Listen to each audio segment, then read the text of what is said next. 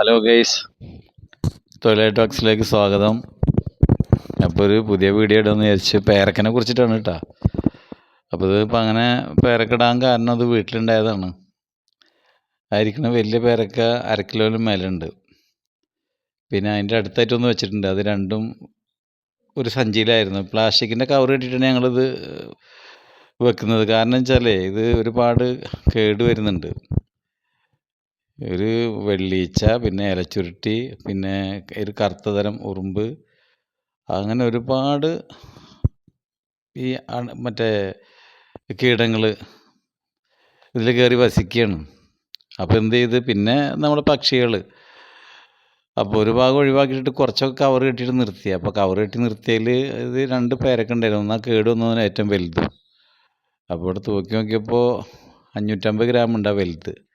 മറ്റത് ചീഞ്ഞ് പോരക്കണം. അപ്പോൾ ഒന്ന് കാണിക്കാൻ വേണ്ടി വെച്ചെന്ന് മാത്രമേ ഉള്ളൂ. പിന്നെ അവിടെ ഞങ്ങൾ കട്ട് ചെയ്തിട്ട് കഴിച്ചു നോക്കിയത് ചെറുത്, നല്ല മധുരമാണ്, നല്ല ടേസ്റ്റുള്ള പേരയ്ക്കാണ്. ഒരുപാട് ഉണ്ടാകുന്നുണ്ട്, എല്ലാം കൊഴിഞ്ഞ് പോവുകയാണ്. അപ്പോൾ അതുകൊണ്ടാണ് ഇതിനെ കവർ കെട്ടി നിർത്തിയത്. അപ്പോൾ അതിൽ കുറച്ച് കിട്ടി, ആ ഭാഗ്യം. പിന്നെന്താ വെച്ചാൽ വിഷാംശങ്ങളൊന്നുമില്ലല്ലോ, നമ്മളെ വീട്ടിലുണ്ടായതല്ലേ. വലിയ പേരയ്ക്കാണ്, പേരമരം. പേരമരമൊക്കെ ഒരുവിധം പകുതി വന്ന് അതിലെല്ലാം കയറി കട ഭാഗത്തുനിന്ന്. അങ്ങനെ അതൊക്കെ ഞാൻ ക്ലീൻ ചെയ്ത് മരുന്നൊക്കെ വെച്ചു. യൂട്യൂബിൽ മരുന്നൊക്കെ ഉണ്ട്, അതൊക്കെ വെച്ച് തേച്ച് കൊടുത്ത് ഇപ്പോൾ ഉഷാറായിട്ടുണ്ട് ആൾ. വളങ്ങളൊക്കെ കൊടുക്കുന്നുണ്ട്.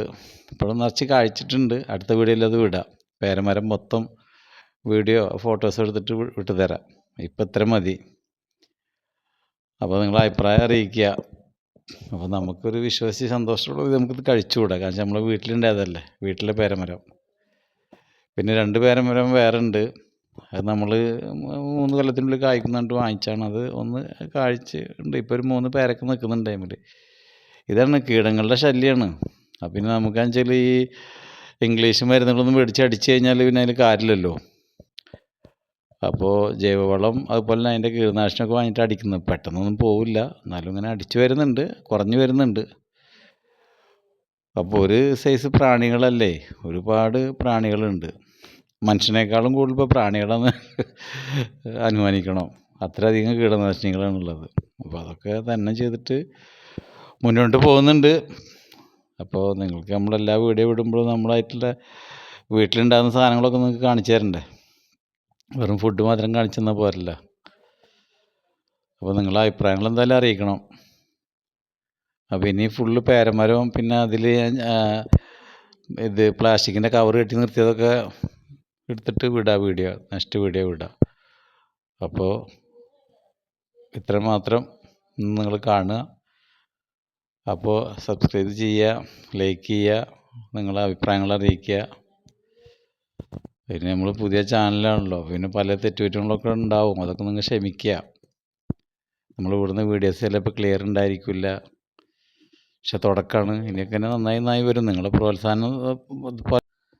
അപ്പോൾ ഈ വീഡിയോസ് വൈൻഡപ്പ് ചെയ്യാൻ പോവാണ്. അപ്പോൾ ഇനി എന്തായാലും അടുത്ത വീഡിയോയിൽ ഒരു നല്ല രസകരമായിട്ടുള്ള ഒരു വീഡിയോസായിട്ട് വരാം. അതും പേരക്കനെ കുറിച്ചായിരിക്കും. പിന്നെ വലിയ കൃഷിയൊന്നുമില്ല, അപ്പോൾ അതുകൊണ്ടാണ് നിങ്ങളെ കൂടുതൽ കാണിക്കാത്തത്. അപ്പോൾ നിങ്ങളുടെ പ്രോത്സാഹനം നമുക്ക് ഒരു പ്രചോദനം തരിക, ഇതിങ്ങനെ വീണ്ടും വീഡിയോ ഇടാനൊക്കെ.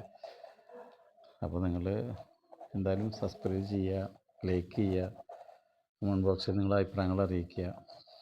അപ്പോൾ വീണ്ടും അടുത്ത വീഡിയോ ആയിട്ട് കാണാമെന്നുള്ളൊരു സന്തോഷ വാർത്ത അറിയിച്ചുകൊണ്ട് തൽക്കാലം വിടാം.